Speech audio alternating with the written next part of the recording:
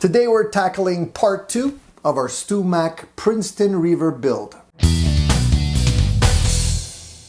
If you're tuning in today, hopefully you've already watched part 1 in my build series where I'm trying to get this Princeton Reverb 65 based on a StewMac kit built so I can actually play it and hear what it sounds like. Perhaps you're already building one, considering building one, or just like watching amp building videos. Whatever the case, we're documenting the process here for you guys today. And today we're going to be continuing from where we left off. Some of you out there have asked me, why am I documenting this? Well, really it's for me more than it is for you, because I want to be able to document all of the steps that I've taken along the way, just in case I should run into trouble. Because I'm sure there's people out there that are much more capable than I am in terms of dealing with electronics, or have perhaps more experience building amps than I do. And I figured this way, for those of you that are interested in following along, you can see what I've done step by step. And if I do run into issues along the way, hopefully somebody out there could let me know before I do something really bad. And if things go well, then eventually others can use this as a guideline of what to do, or perhaps even what not to do. I've already shared a couple of little tips that I've used along the way to make things easier, and hopefully that will help somebody out there. We still have a lot of work to do, guys, so let's clear our minds, get into the zone, and get ready to tackle the next steps. Today we're looking at tackling page 13. There's a lot of steps on this page, and they involve a lot of components that are going to go on the chassis, so it should be quite interesting and fun. The first thing we're looking at today, step number 11, is mounting the power transformer and 2 3-lug terminal strips that we started looking at during the last video. So I pulled out the power transformer. I call it the Hydra because this thing has so many wires coming off of it, but it's actually not that complicated once you start breaking it down. So what the manual recommends is to take the like colored wires and just wrap them together. So I went ahead and did that. They recommend you take the red, yellow wire, leave it aside. There's all these colored wire strips here, and depending on where you're located, you'll use different combinations of these. For North America, it's pretty simple. It's just black and white. So I wrapped the black and white wires together. I wrapped all the remaining wires with the colored stripes together. And so really the main wires that we're going to be looking at today are these. I wrapped these together and taped them down so that they don't unravel for the time being while I install the transformer.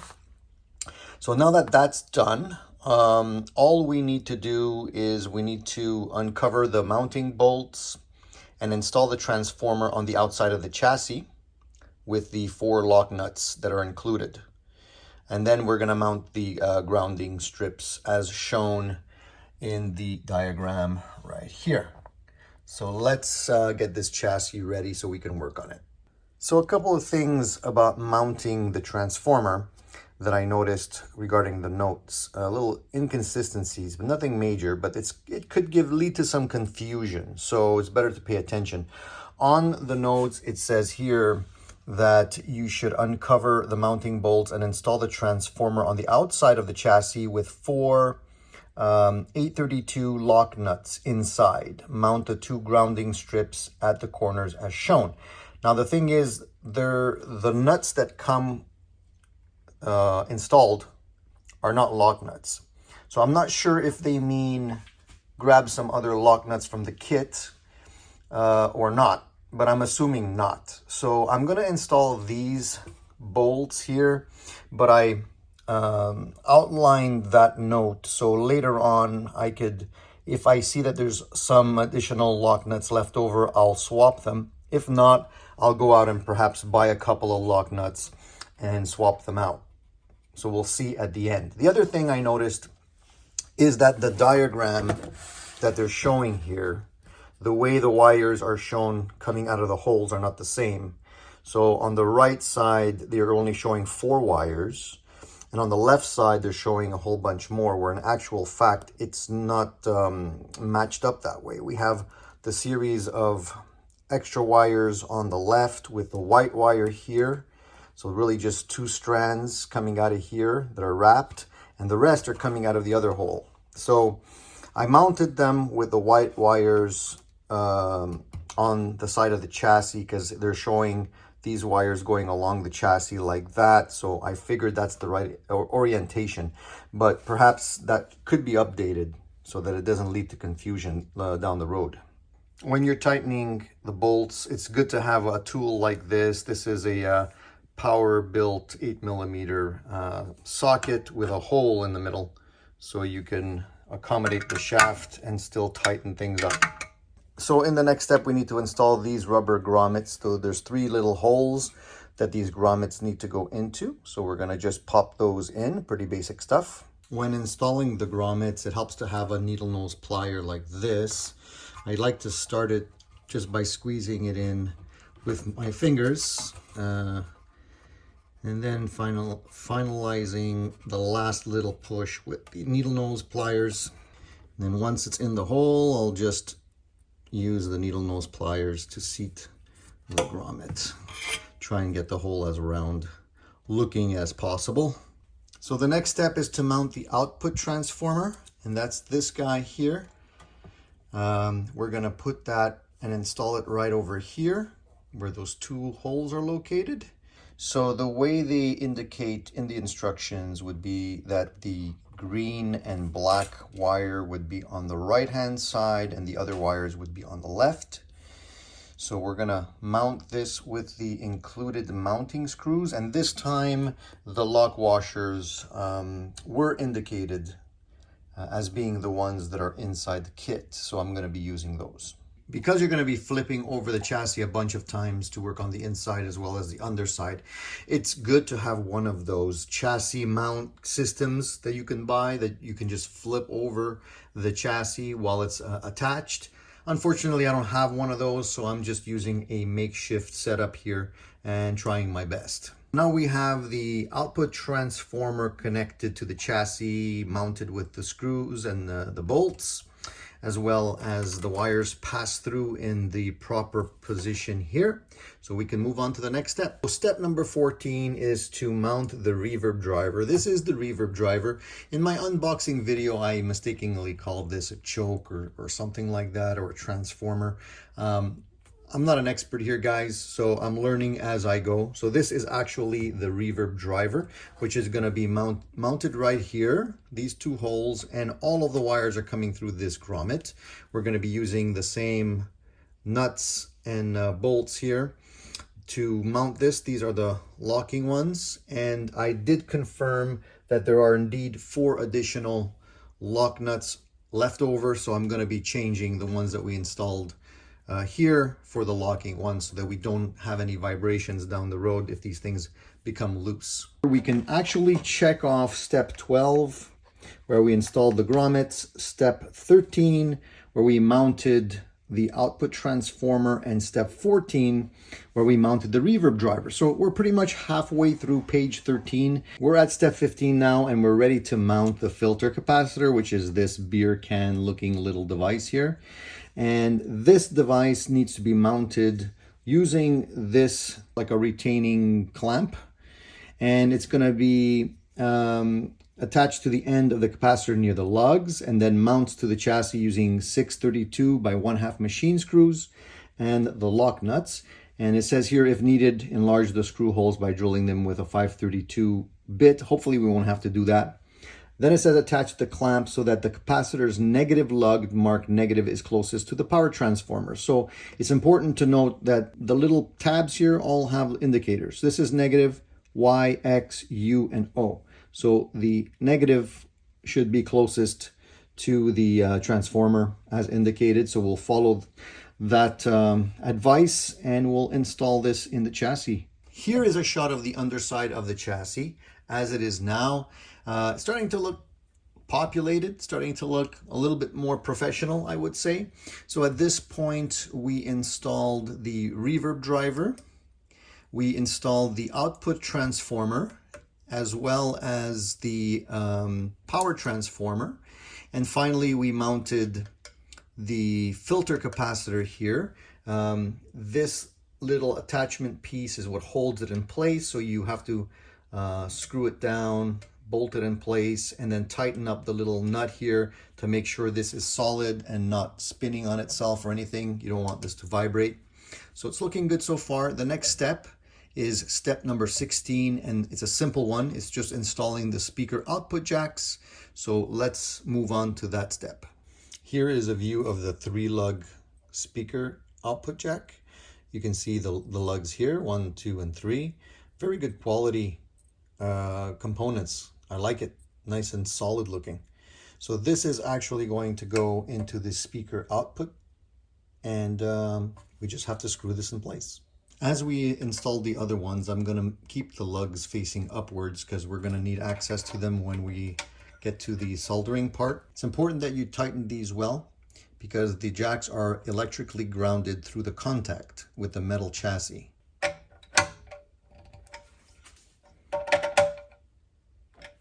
We're at the stage where we need to install 3 large tube sockets, and these are the large ones, and they're going to be installed in these locations right here. And according to the instructions, we have to take note of pin 1. And I hope you have really good eyes because it's very difficult to see the notations around the perimeter of these tube sockets, but they are indicated there, so look very carefully. I've put a little black Sharpie mark to highlight pin 1 on each one so I don't get mixed up. And basically they want to install the sockets with pin 1 closest to the back panel, which is here. So essentially it would be mounted like this. So we're going to do that for each one. Then we also have to install the retaining clip on each one like that. This is important because this is what actually holds the tube in place. It stops it from rattling, vibrating. So you want to make sure you install those properly. To install everything, we're going to be using the 4-40 by 3/8 machine screws to mount these sockets on the outside of the chassis. So remember, this is the outside of the chassis, not the inside of the chassis. So we're going to install these nice and tightly and do the same process for all 3. I'm giving you a shot of the inside of the chassis and the tube sockets as they've been installed. Pretty clean.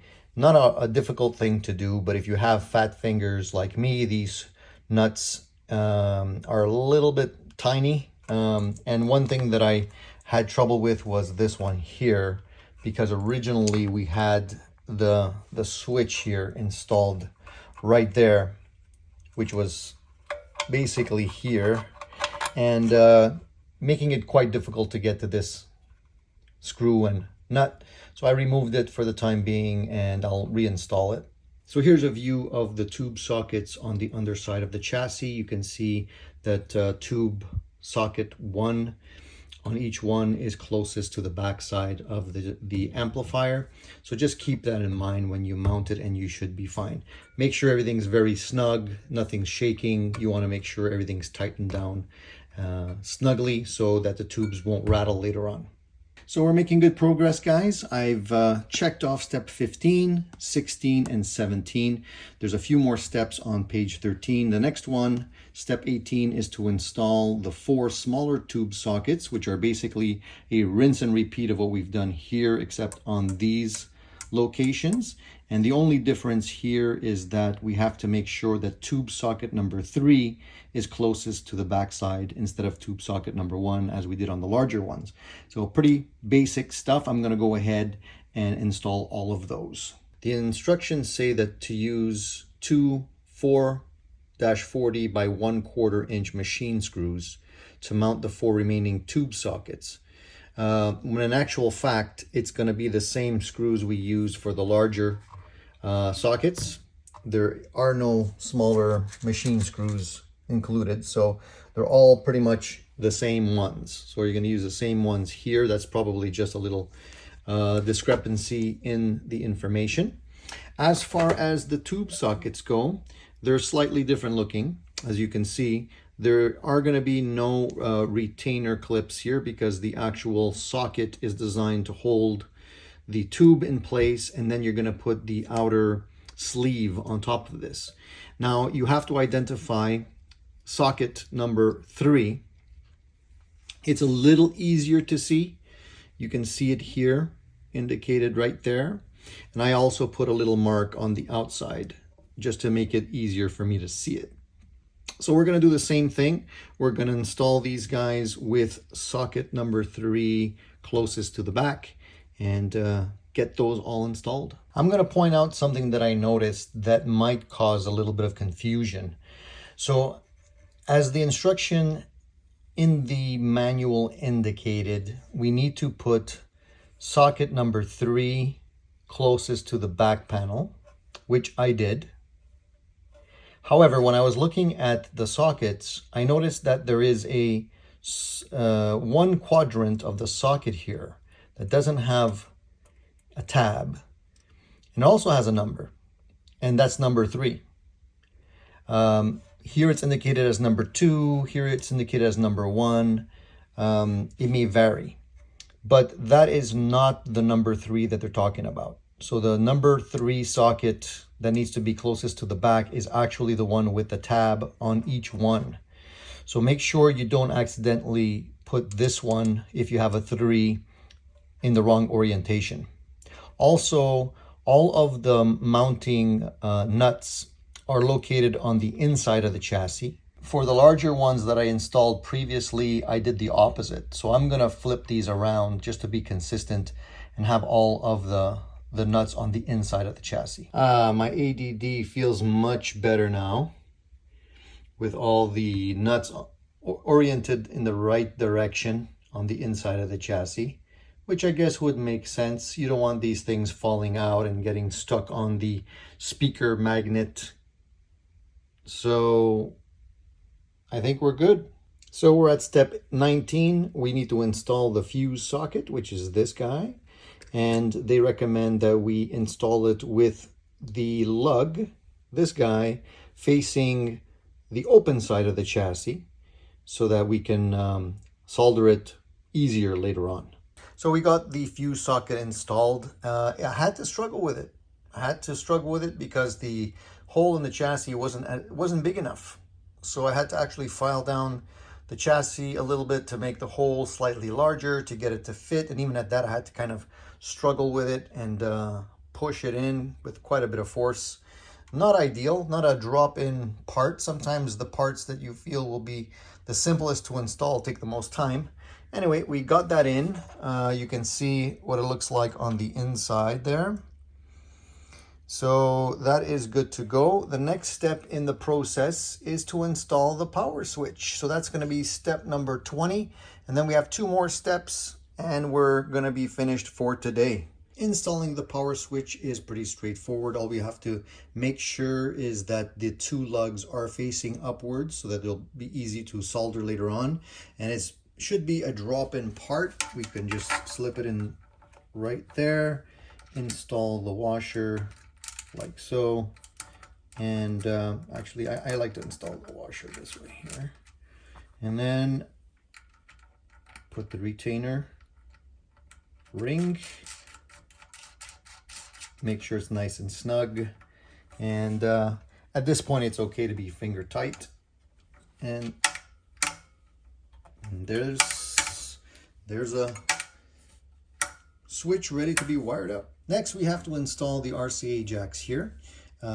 This is basically it. We have a little tab that goes on the inside, which we're gonna eventually bend a little bit so we can actually solder the wire to it. And we have a large washer and a smaller one. The smaller one goes on the inside.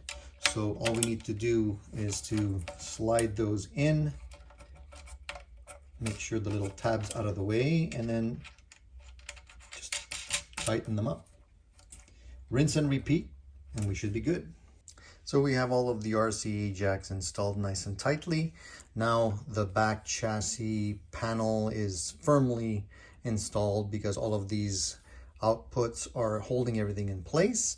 The only thing you have to remember is that the tabs On the inside, if I can show you that, the tabs for the RCA jacks have to be facing the top, and you have to bend them so that you have space to eventually solder a wire there. It might be a little bit tight, but we'll see when we get to that stage. Next, we're going to mount the pilot light socket. Very interesting little piece here. Obviously, you can see they're not using LED lights or anything like that. They're still using the old filament lights. Which we will put in there before we actually slide this in.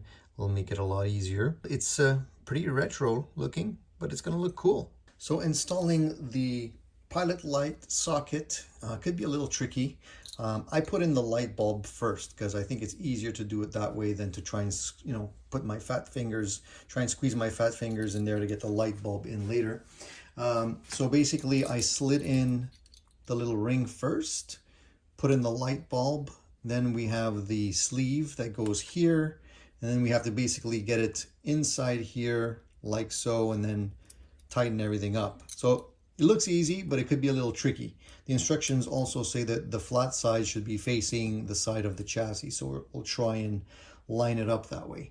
So let me try and work this in with my fat fingers, see how it goes. All right, wish me luck.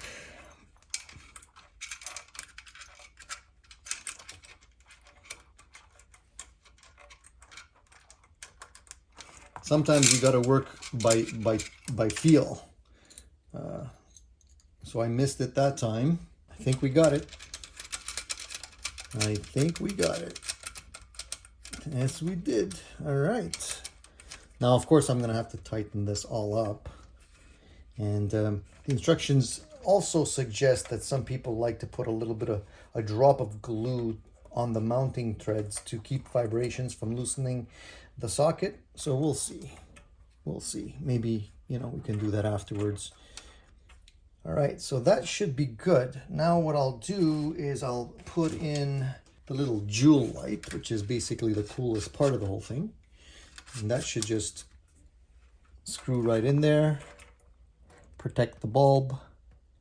And I'll just tighten the ring from the inside and we should be good. Now looking at this from the inside is interesting because there's really no room in here. Like the socket, the end of the socket is pretty much touching the chassis. These are the tabs that are going to eventually be soldered with wire.